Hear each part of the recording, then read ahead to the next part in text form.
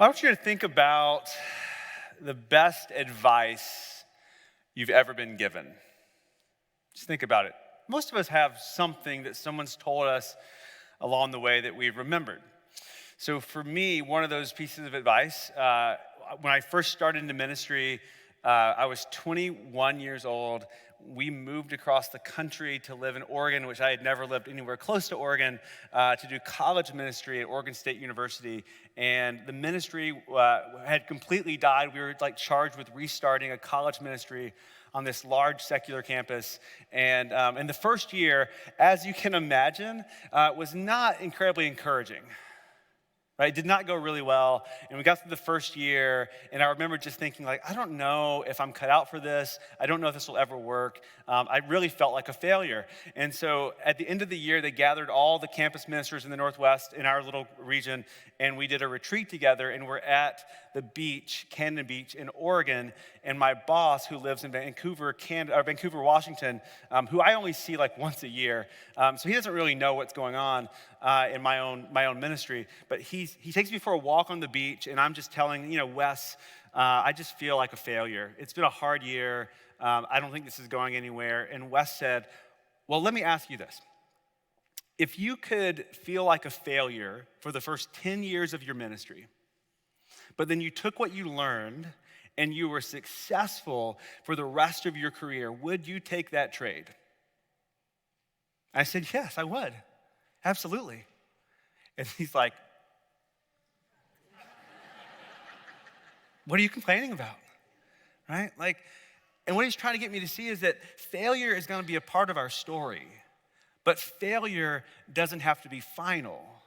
Right? Failure is going to be a part of our journey, but it doesn't have to be the thing that defines us, that we all will experience failure in our stories. And he wanted to give me permission to see myself the way God sees me. Right? That when God looks at me, God sees something other than a failure. God doesn't look at me through the way that I have performed, but through what he has done for me. That is the story of Easter. That's the story of the resurrection, that God looks at us in a different way because of what he's done, not because of anything we've done or failed to do. So we're going to look at a story of failure in Scripture. In John chapter 21, if you'll turn there, or it'll be on the screens, you'll have pew Bibles in front of you. But in John 21, we have a story of failure where we see that failure doesn't get the last word, where it's not final. So John chapter 21, starting in verse 15. It says, when they had finished eating, Jesus said to Simon Peter, Simon, son of John, do you love me more than these? Stop right there. So you should know a few things have happened in the days preceding this. A few things like Jesus was crucified, buried, and rose from the dead. But also that Peter, one of his closest disciples, had a massive epic failure. That Peter was given the chance that while humans were doing the worst imaginable punishment to Jesus, Peter had a chance to own up to his faith, but instead what he did was he chickened out and he denied knowing Jesus. Not once, not twice, but 3 times he failed. And not only that, but Jesus had predicted, Peter, you're gonna deny me. And Peter said, that doesn't sound like me. And then he failed. So he's living right now in this moment with the weight of the massive failure on his shoulders. And we all fail if we're honest. And some of us have had, epic failures in our lives, but not everyone has. And I'm reminded of a story. A few years ago, I had someone want to make an appointment, and he came to my office, and he sat across from me, and he said, you guys talk about grace and redemption and why we need Jesus, but he said, I'm actually not a bad person. He said, I'm pretty good, actually. I have a great job, and I provide for my family, and I'm good to my wife and my kids, and life's fine. I've never made some big moral mistake. Why do I need Jesus? Why do I need grace in my life? And it's a very, really, really fair question. I think he was really trying to wrestle with, if I don't have some huge failure, if I'm not just some epic, have some epic hole in my heart or my life, what do I need Jesus for? And the truth is, Whether we admit it or not, we all actually carry the weight of failure or of our attempts to avoid looking like and being a failure. We always carry that weight, and that weight of either trying to convince others that you've got it all together, or the failure that you carry, it always erodes our soul because it gets at the very heart of our attempts to be God rather than let God be God. It's a weight we're not intended to carry. And truthfully, it's not a matter of if you're gonna fail. It's just a matter of when. The thing is, failure is gonna be a part of our story. It's gonna be part of your story and mine, but it doesn't have to get the last word. So let's pick back up in verse 15. Yes, Lord, Peter said, you know that I love you. So Jesus said, feed my lambs. Again, Jesus said, Simon, son of John, do you love me? He answered, yes, Lord, you know that I love you. Jesus said, take care of my sheep. And the third time he said to him, Simon, son of John, do you love me? Again, he's using his full name. You know what that means, right? Peter was hurt. He was hurt because Jesus asked him a third time, do you love me? He said, Lord, you know all things. You know that I love you. And Jesus said, feed my sheep. Very truly, I tell you, when you were younger, you dressed yourself and went where you wanted. But when you were old, you will stretch out your hands and someone else will dress you and lead you where you do not want to go. Verse 19, Jesus said this to indicate the kind of death by which Peter would glorify God. And then he said to him, follow me. Let's stop there. Follow me. An invitation, a powerful invitation to all of us. Follow me. But I want you to go back a few moments and imagine the pain in Peter's voice. Jesus, are you really gonna make me say it again? And here's the thing, Peter is so focused on his failure, and I totally get it. I know what it's like to get focused on your failure so much that you cannot see any other possibility. But Peter is so focused on his failure that what he imagines is that Jesus is trying to hold his failure over him.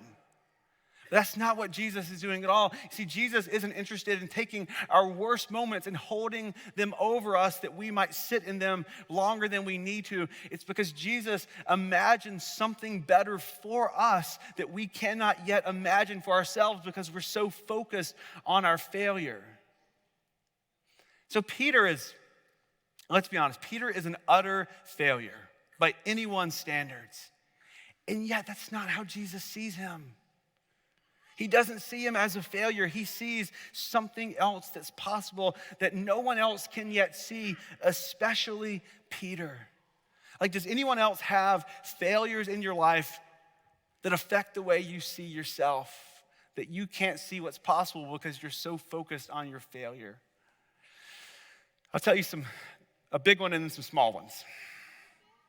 So, years ago, I was doing a Bible study with young adults. And we had started this Bible study, and it was going well, and young adults were coming. And so someone said, why don't we let different people share their faith stories? That sounds like a great idea. Let's let people share their faith stories. And so a few people shared, and they said, oh, this new girl, Nicole, she's been coming. Let's let Nicole share her faith story. Oh, that sounds great. She seems lovely. And so that night came, Nicole got up to share her faith story, and she gets like 2 sentences in, and she says, and I'm a Mormon. Wait.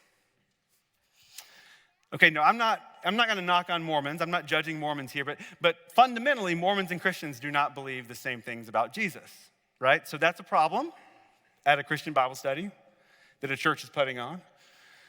And so I just had this panic attack, like what?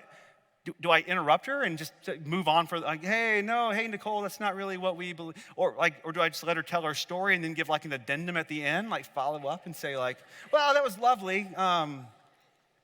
I did not know what to do. And so I did nothing. I just let her tell her story, share her Mormon faith story. I know some of you are judging me for this. I get it. And we get done with the night. We go our way.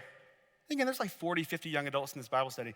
And then the next morning, I walk into my office, 9 a.m. My boss comes in, sits down and says, so I heard you let a Mormon share her testimony last night at Bible study. And how does he know? Like, he wasn't there. And so someone from the Bible study had called and tattled on me before the night was over. And it ended like at 10. Like, that's crazy. I have never in my life, that's the only time I've ever thought I was going to be fired. And I was preparing myself mentally, like, to call Ashley and go, hey, you'll never guess what happened. Looking for a new job. But thankfully, lots of grace was extended. We worked it out. And I didn't have to go, man, that failure is going to define my story. But I have little ones too. Maybe you have little ones. Maybe you don't have an epic failure. Maybe you have failures. Like, I have a friend who is a great question asker. And when we hang out, he'll ask me good questions, follow-up questions. And then after a while, I realize that I'm just sitting there talking about myself and not asking any questions in return. And I feel like a failure. Like, I'm not as good at asking questions as this person is.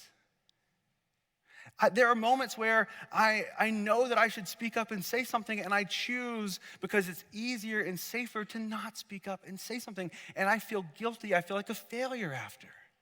See, we feel the weight of all the expectations, how we think we should act, how others think we should act. We feel the weight of failure that affects us and how we see ourselves.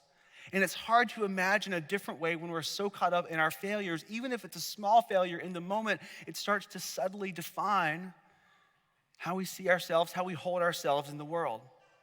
Now, Anglican theologian and Bishop N.T. Wright says this. It's a little long, but hang in there. Here is the secret of all Christian ministry, yours and mine, lay and ordained, full-time or part-time. So it's all of us. It's the secret of everything from being a quiet back row member of a prayer group to being a platform speaker at huge rallies and conferences. If you are going to do any single solitary thing as a follower and servant of Jesus, this is what it's built on. That somewhere, deep down inside, there is a love for Jesus. And though you've let him down enough times, he wants to find that love, to give you a chance to express it, to heal the hurts and failures of the past, and give you new work to do.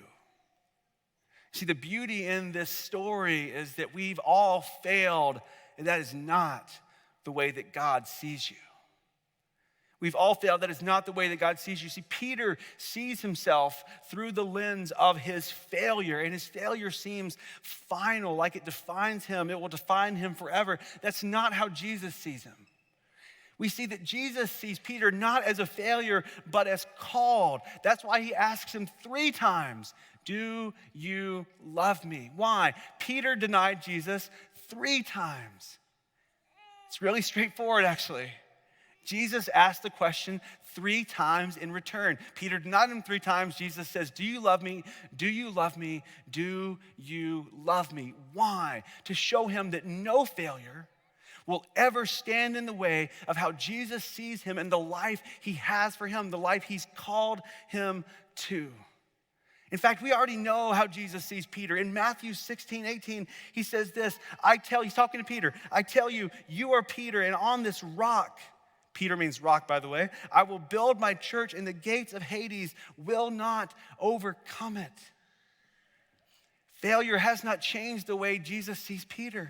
It has not changed the way he sees you. See, he still knows that Peter has a calling to shepherd his people, to shepherd the church. And it's a powerful calling that failure cannot derail and cannot ruin. And he says that the gates of hell have no power to stand against you as you are restored through my love, not because you've never failed, but because your failure will not stop my grace and my love working in your life. See, Peter sees himself through what he's done, but Jesus sees Peter through what Jesus has done for Peter. See, when God looks at you, he doesn't see failure. You might see failure. He doesn't see failure. He sees how much he loves you. This is why his invitation to Peter is not do better next time, try harder, get back on that horse. What's his invitation? Do you love me?